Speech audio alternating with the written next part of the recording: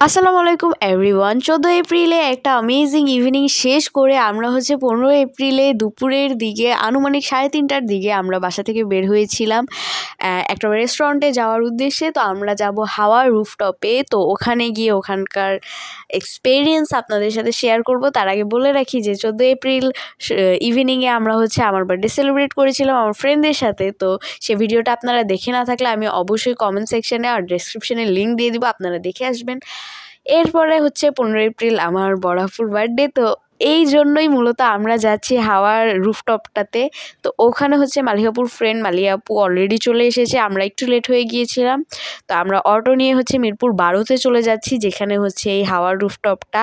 ঈদের ছুটিতে এই যে ফাঁকা রাস্তা দিয়ে এরকম অটো করে যেতে বেশ ভালোই লাগতেছিল। রাস্তাঘাট মোটামুটি 15 এপ্রিলেও মোটামুটি ফাঁকাই ছিল, যদিও 15 এপ্রিলে কিন্তু ওয়ার্কিং ডেজ শুরু হয়ে গিয়েছে, অনেক অফিস খোলা হয়ে গিয়েছে, বাট স্টিল মানুষজন রাস্তাঘাটে অনেক কম ছিল, একদম ফাঁকা ফাঁকা রাস্তা ছিল, রিক্সা দিয়ে ঘুরে খুবই শান্তি।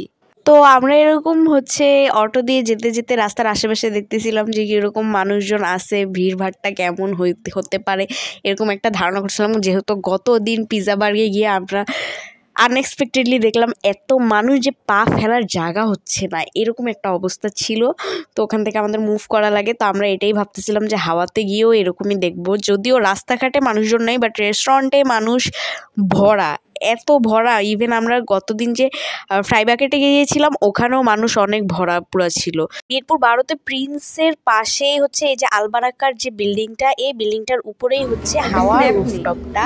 লাকিলি আমার আপুর ফ্রেন্ডটা আমরা বলে দিয়েছিলাম যাতে এসির ভিতরেই বসে, বাইরের রুফটপে না বসে, কেননা বাইরে অনেক গরম হবে। তো উনি যেই স্পটটাতে বসছে ওখান থেকে রেস্টুরেন্টের ভিউটা বেশ ভালোই লাগতেছিল।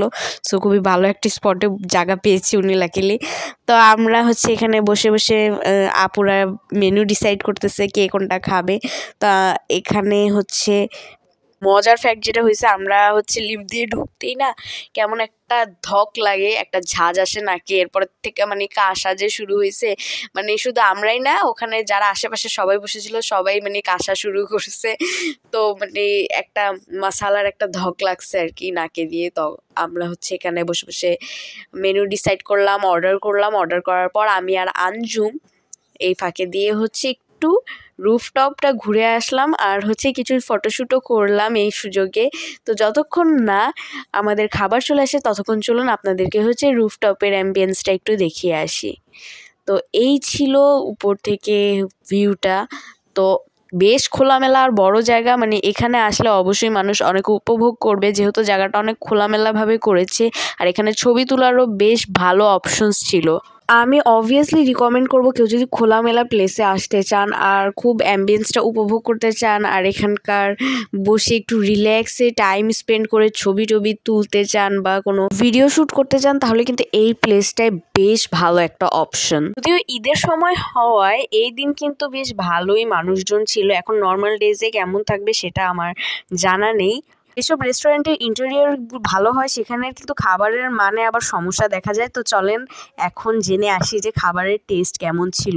তো আমরা মূলত নিয়েছিলাম পাস্তা, ফ্রাইড রাইস আর চিকেন ফ্রাই। ছবি তোলা শেষে ভিতরে যেতেই আমরা দেখি যে আমাদের পাস্তাটা চলে এসেছে সবার আগে, এরপর আমরা বসতে বসতে ফ্রাইড রাইস আর চিকেন ফ্রাইটাও চলে আসে। তো অ্যাট ফার্স্ট আমি পাস্তাটা নিয়ে বলবো যে আমরা শুরুতে পাস্তাটাই খেয়েছিলাম, আর পাস্তাটার টেস্ট আমার খুবই ভালো লেগেছে। এটাতে একটা ক্রিমি টেক্সচার ছিল, আর টেস্টটাও খুবই মিল্কি আর ক্রিমি ছিল, যেটা আমার ভালো লেগেছে। আর বাদাম দেওয়াতে না খেতে আরো বেশি ভালো লাগতেছিল। ফ্রাইড রাইসটাও আমার কাছে বেশ টেস্টি লেগেছে।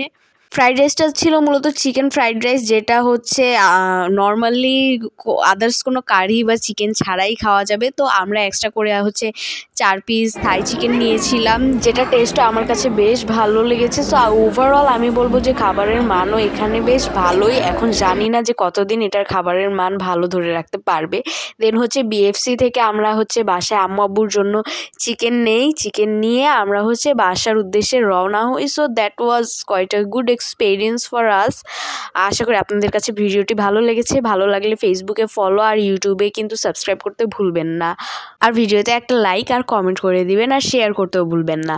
আর আপনারা যদি হাওয়ায় যেয়ে থাকেন তাহলে আপনাদের এক্সপিরিয়েন্সটা কিন্তু কমেন্ট সেকশনে লিখতে ভুলবেন না। সেই সাথে যদি মনে করেন যে খাবারের মানের অবনতি হয়েছে সেটাও কিন্তু অবশ্যই জানাবেন। আজ আমি যাচ্ছি কিন্তু যাচ্ছি না, আবার ফিরে আসবো নতুন ভিডিওতে। বাই।